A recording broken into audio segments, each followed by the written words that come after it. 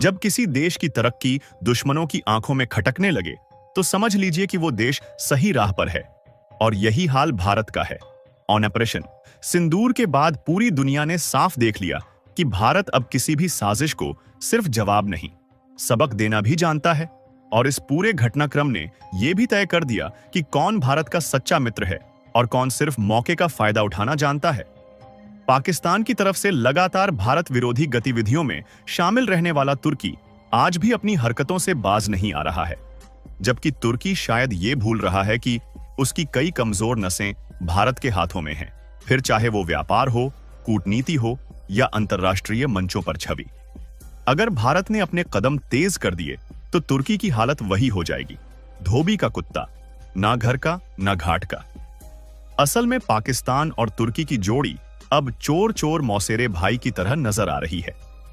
एक तरफ दोनों की अर्थव्यवस्था कब की ढह चुकी है, हाथ में कटोरा लिए आईएमएफ के दरवाजे खटखटा रहे हैं, और दूसरी ओर भारत से बार बार टकराने की नाकाम कोशिश कर रहे हैं। ऑपरेशन सिंदूर के बाद पाकिस्तान को तो पूरी तरह झटका लग गया, लेकिन इसके साथ ही चीन भी हिल गया कि उसने जिस आयरन डोम सिस्टम की डींगे मारी थीं, वो भारत की मिसाइलों के सामने बेअसर साबित हुआ। न तुर्की के हथियार चले न पाकिस्तान के। अब बात करें तुर्की की। भारत ने अब तुर्की को सबक सिखाने की दिशा में एक के बाद एक कदम उठाने शुरू कर दिए हैं, और ये कदम न केवल सीधा बल्कि परोक्ष रूप से भी तुर्की की आर्थिक कमर तोड़ने वाले हैं। दरअसल भारत ने अब यह स्पष्ट कर दिया है कि जो भी देश भारत के खिलाफ बोलेगा या हमारे खिलाफ किसी साजिश का हिस्सा बनेगा, उसे आर्थिक और कूटनीतिक दोनों स्तरों पर ऐसा जवाब मिलेगा कि संभलना मुश्किल हो जाएगा।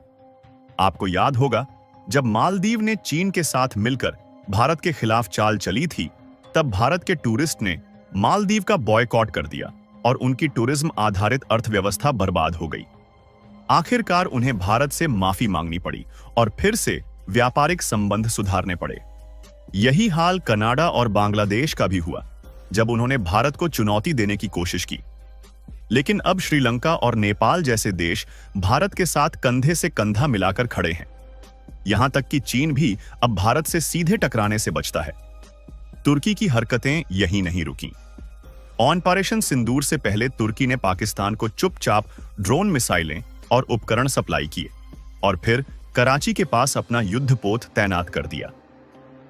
कुछ रिपोर्ट्स कहती हैं कि तुर्की ने बाद में यह युद्धपोत वापस बुला लिया, लेकिन ये खबरें झूठी हैं। हकीकत यह है कि तुर्की आज भी पाकिस्तान के साथ डटा हुआ है और उनके साथ उसका करीबी साथी अजरबैजान भी भारत विरोधी भूमिका निभा रहा है। अब आइए समझते हैं कि भारत ने तुर्की के खिलाफ अब तक क्या-क्या ठोस कदम उठाए हैं। भारत और तुर्की के कूटनीतिक संबंध 1948 से हैं और एक समय पर दोनों देशों के बीच अरबों डॉलर का व्यापार होता था।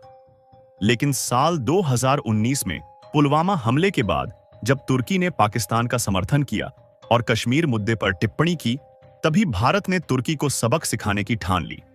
सबसे पहले भारत ने 2020 में तुर्की से आने वाले सामानों की कड़ी जांच शुरू की ताकि उनके निर्यात को रोका जा सके। विशेष रूप से तेल और स्टील उत्पादों के आयात में कटौती पर विचार किया गया। इसका उद्देश्य यही था, जो देश भारत की नीति पर उंगली उठाए उसे आर्थिक रूप से नाकाम किया जाए। लेकिन तुर्की ने 2023 में एक बार फिर कश्मीर पर बयानबाजी कर दी। इस बार भारत ने और कठोर रुख अपनाया। 2023 में दोनों देशों के बीच व्यापार 13 अरब डॉलर के करीब था, जो 2024 तक घटकर 10 अरब डॉलर रह गया। फरवरी 2024 में जब यूएनएचआरसी की बैठक में तुर्की और पाकिस्तान ने मिलकर जम्मू कश्मीर का मुद्दा उठाया, तब भारत की प्रथम सचिव अनुपमा सिंह ने जवाब देते हुए साफ कहा कि कश्मीर भारत का आंतरिक मामला है और भविष्य में किसी भी बाहरी टिप्पणी को बर्दाश्त नहीं किया जाएगा। भारत ने न केवल राजनीतिक रूप से बल्कि रक्षा मामलों में भी तुर्की को जवाब दिया। भारत ने तुर्की के साथ नौसैनिक युद्धपोत बनाने का समझौता रद्द कर दिया। साथ ही भारत ने रणनीतिक तौर पर तुर्की के दुश्मन आर्मेनिया को अपना साथी बना लिया। भारत ने न केवल आर्मेनिया को हथियार बेचे, बल्कि उनकी सुरक्षा क्षमताओं को मजबूत करते हुए अजरबैजान पर दबाव बढ़ा दिया। अब भारत ने आर्मेनिया को आकाश मिसाइल की दूसरी बैच देने का निर्णय भी ले लिया है। इसका मतलब यह है कि भारत अब तुर्की और अजरबैजान को चारों ओर से घेर रहा है। और अगर तुर्की ने पाकिस्तान की मदद करते हुए भारत के खिलाफ कोई और हरकत की, तो भारत आर्मेनिया के जरिए तुर्की को सीधी चोट देगा। तुर्की की भारत के बाजार में पकड़ भी अब कमजोर की जा रही है। वो हर साल भारत को 3 से 4 अरब डॉलर का सामान बेचता है, लेकिन अब भारत के पास साफ संदेश है, अगर भारत की इज्जत करोगे तो व्यापार करोगे, नहीं तो अपने बोरिया बिस्तर समेटो और कटोरा लेकर दुनिया घूमते रहो। तो अब सवाल आपसे, क्या आपको लगता है कि भारत को तुर्की के खिलाफ और कौन से सख्त कदम उठाने चाहिए?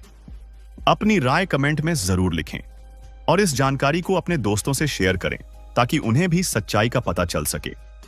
वीडियो को लाइक करें, चैनल को सब्सक्राइब करें और बेल आइकन दबाएं ताकि अगली बड़ी खबर आप तक सबसे पहले पहुंचे। जय हिंद, जय भारत।